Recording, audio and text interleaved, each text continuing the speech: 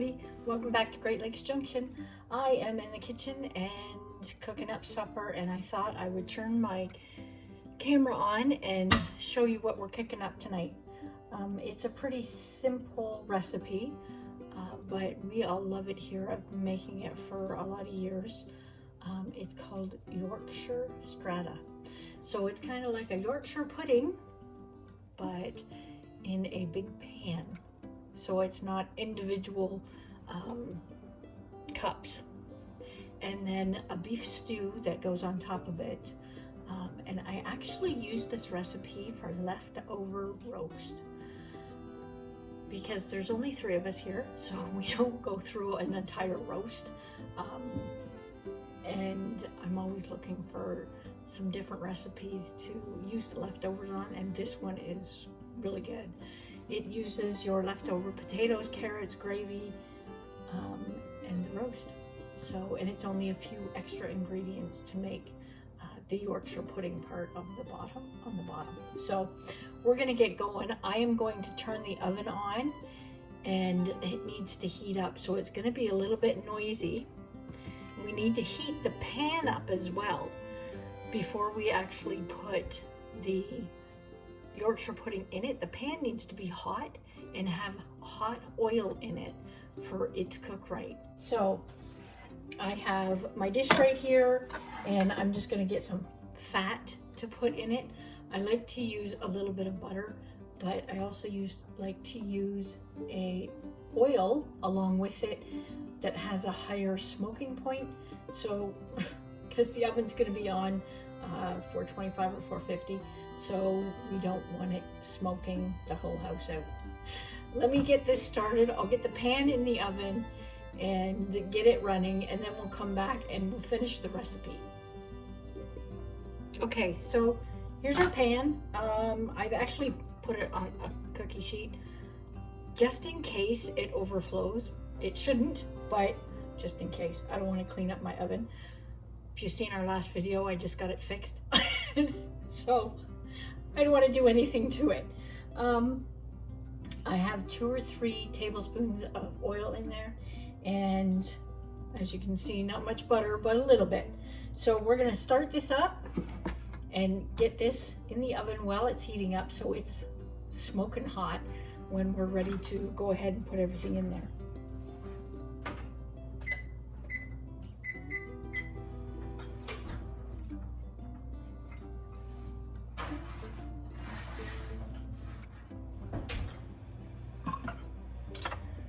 Hopefully that's not too loud for you, and you'll be able to hear me over top of it.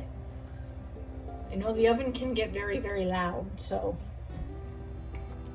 what I'm gonna do, I just have my tablet here with my recipe on it. So we're going to mix 2 eggs. We'll get the batter ready first.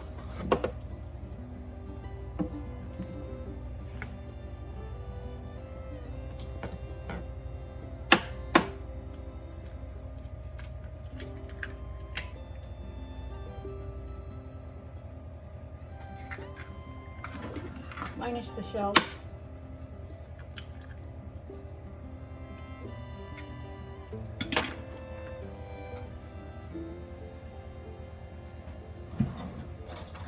Just beat them a little bit.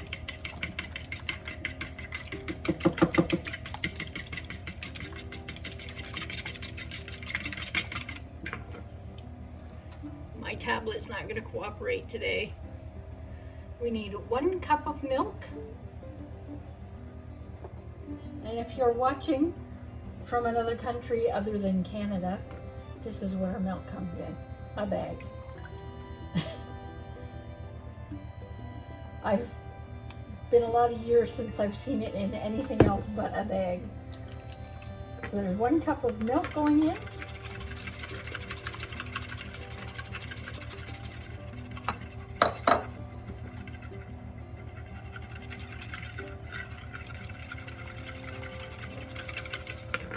We're going to put a little bit of salt and pepper in there. Not much, 1/4 to 1/2 teaspoon. I'm not a big pepper fan, but everybody else is here.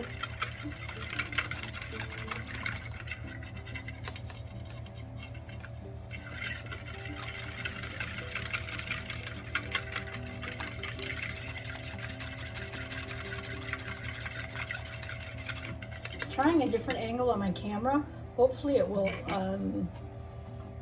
be able to show you a little bit more than what I used to. We need 1 cup of flour.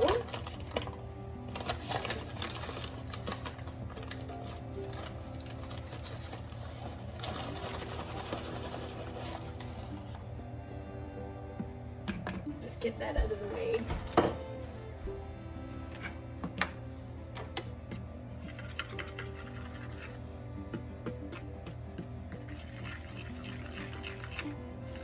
I love this recipe because it's using up leftovers that otherwise would just sometimes sit and go to waste, which is, with the prices of groceries right now, you don't want to have to throw anything out. I try not to have any food waste in the house. Sometimes it happens.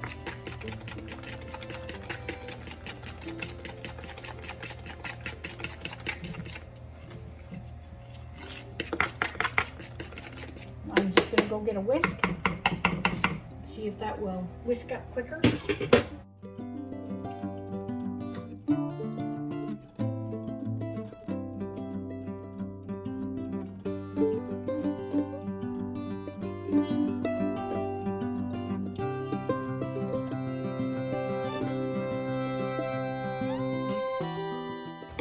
An immersion blender or a hand blender, you could use that as well.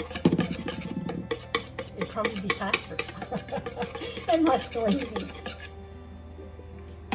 Okay, so now we are going to cut up our beef into bite-sized pieces. You need about a cup of meat or so. And you know, you probably don't have to use beef. Chicken would work, be good. I'm sure a pork roast would be good. There's a little bit of fat on here. I'm just gonna remove it.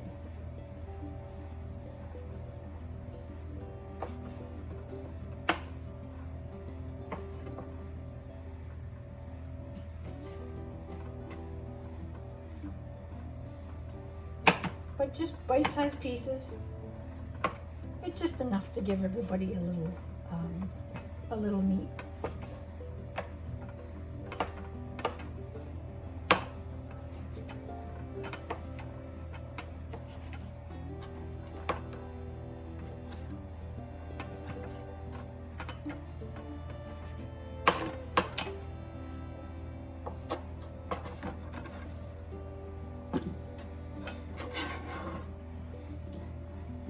I love Yorkshire pudding. Used to have it when I was little, growing up all the time. So I don't make it that often anymore, but it is a real treat when we have it. This recipe also calls for potatoes and carrots and a cooked onion. So if you cook onion in with your meat and it's in amongst your vegetables, that would probably be fine. It calls for a half a cup of potatoes and a half a cup of carrots. I probably have a little bit more there, but that's okay. We'll use it up anyway. And I always make sure, or try to make sure, if I know I'm going to be making this, before I make my roast, I'll make extra gravy as well. So I just warmed it up. What I'm going to do is we're going to put half a cup of gravy in here just to mix everything together, along with a couple of teaspoons of Worcestershire sauce. I'm actually just going to put that in the gravy.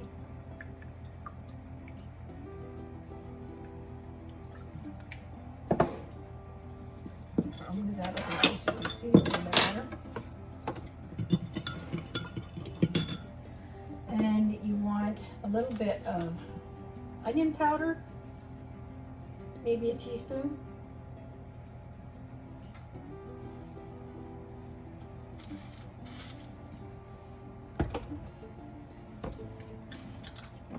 It says a half a teaspoon of garlic. I use a whole teaspoon because we love garlic.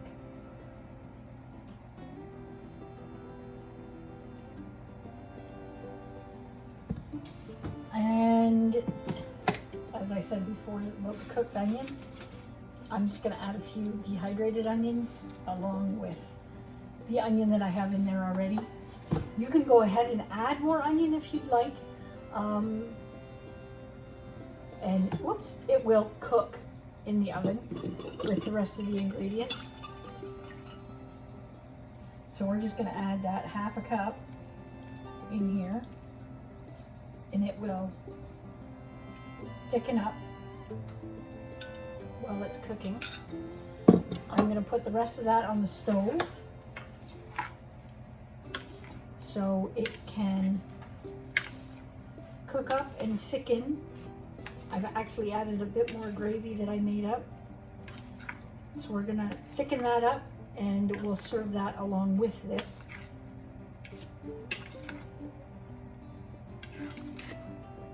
That's it. So once the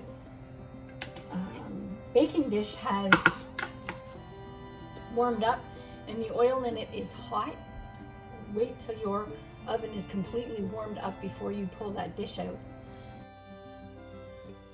Okay, our oven is all heated up. Now, that is smoking hot oil, so be very, very careful. One thing I do want to say is if you're using glass, be ever so careful in case you get thermal shock. I've used this pan before, so it's been good to go, but just do be very, very careful. And when you're pouring it in, it will sizzle.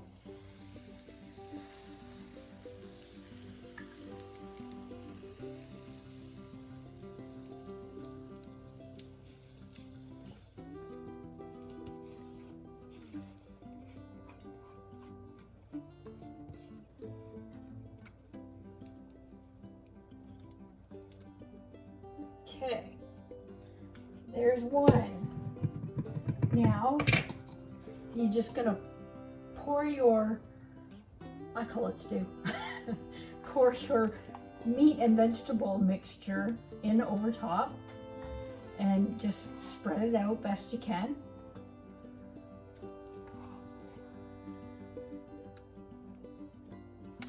Make sure to save that cup or so of remaining gravy to serve with this. Whoops. And you can serve this with a salad. It's just something different to have or to use your leftovers with.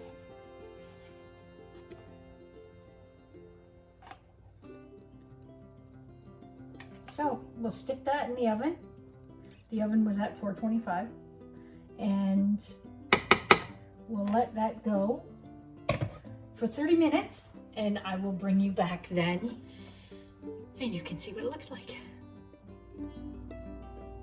Okay, it is all done. I was just cutting it up and realized that I didn't turn my camera back on. So it smells fantastic in here.